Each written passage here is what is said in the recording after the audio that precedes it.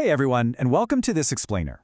Today, we're unpacking one of the absolute biggest breakthroughs in artificial intelligence, Retrieval Augmented Generation, or as we all know it, RAG. It has completely transformed how we build AI applications. But here's the secret that a lot of developers are unfortunately discovering the hard way. Standard vector search RAG actually has some really serious, underappreciated limitations. So let's dive right in, pull back the curtain on the hidden limits of standard vector search, and more importantly, figure out exactly what we can do about it.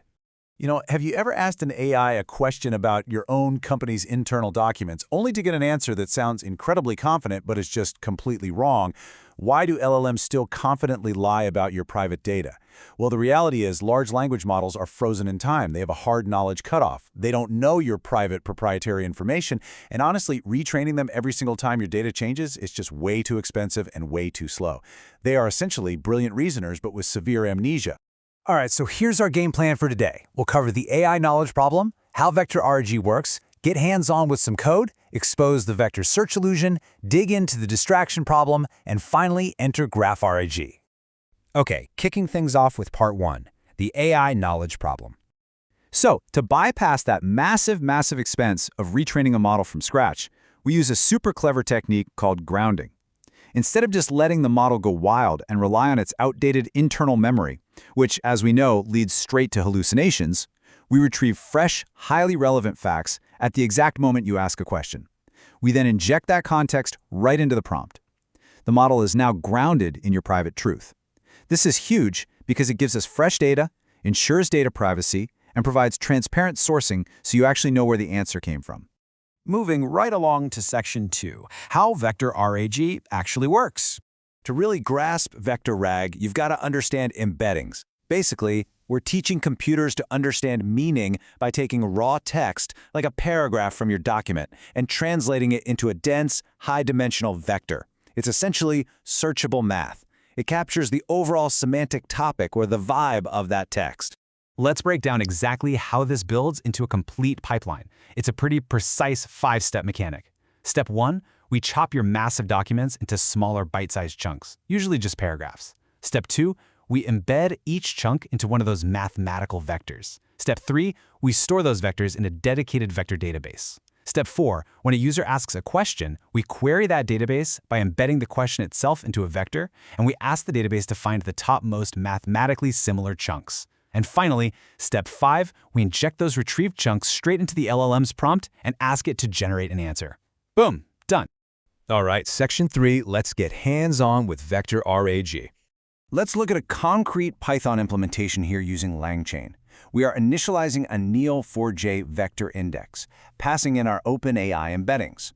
And down there at the bottom, you'll see the real magic line, similarity underscore search underscore with score. We pass in our question, and we set k equals 3, meaning we want the top 3 most mathematically similar text chunks back from our database. It's beautifully simple to set up, really.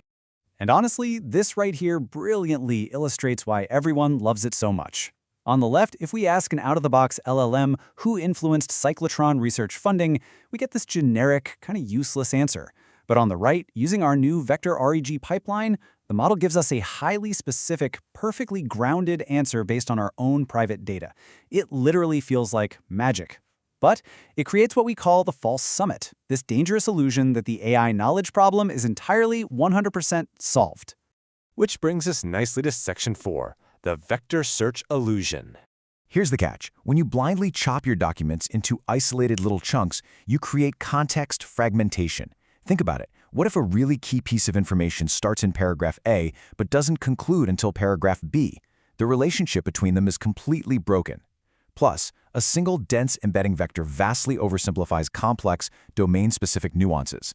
Because of this, you end up with noise, pulling in chunks that are sort of semantically similar but contain zero actual answers, and misses, where you completely fail to find the right chunk just because the exact wording didn't mathematically align. Oh, and aggregate questions, they completely fail. If you ask, what are the key research topics in this dataset, vector search just hands you chunks that sound similar to the phrasing of your question, not an actual comprehensive list. Let's dig deeper into this with section 5, the distraction problem. So, the absolutely crucial point here is this insight from recent research. Too much noise in the context window actually degrades LLM output quality. You might be thinking, hey, I'll just retrieve 50 chunks instead of 3 to make absolutely sure I get the answer. Nope. Wrong. Flooding the model with loosely related text just confuses it. Context density, meaning having a high concentration of actual relevant facts, matters way more than context volume. Let me show you some undeniable proof of this failure. We asked a vector RAG system, how is Lorentz related to cyclotron research? The system retrieved 3 documents with almost perfectly identical mathematical cosine similarity scores, 0.906, 0.903, 0.902. But look closely. Document 2 and Document 3 don't even mention the person Lorentz. The embedding successfully captured the broad, general topic of cyclotrons, but completely missed the specific entity Lorentz. If you feed all this to your LLM, it gets totally distracted by documents 2 and 3 and gives you a really poor answer. And finally, Section 6. Enter GraphRAG. All of these limitations we just talked about point to the exact same root cause: the lack of structured relationship knowledge. GraphRAG shifts us away from this disconnected bag of text chunks and into a structured knowledge graph. Take a look at this architecture. Here, we're using an AI agent basically acting as a brain. Instead of just relying on one dumb vector search, the agent actually has multiple tools at its disposal. It can orchestrate a semantic retriever, sure, but also a knowledge graph retriever and a KG document retriever. A knowledge graph knows exactly how entities, like people, organizations, and concepts, actually relate to each other in the real world, and it retrieves that structured past directly. When we put these two paradigms side by side, the difference is night and day. On the left, vector RAG treats your data as a random bag of chunks, which leads directly to high noise and fragmented context. But on the right, GraphRAG treats your data as structured relationships. It gives the LLM high context density and actually allows it to perform multi-hop reasoning, connecting the dots across entirely different documents flawlessly. By doing this, we completely shatter that weak ceiling of standard vector search. So, standard vector RAG is an amazing starting point for sure, but it is definitely not the finish line. The distraction problem, the fragmentation problem, the entity recall problem, they all prove that we need to treat knowledge as a structured graph, not just chopped up bits of text. So, I leave you with this final thought. Are you ready to step up and actually build GraphRAG? Because in our next explainer, we are going to open up our code editors and build this exact powerful solution together. You absolutely won't want to miss it. See you then.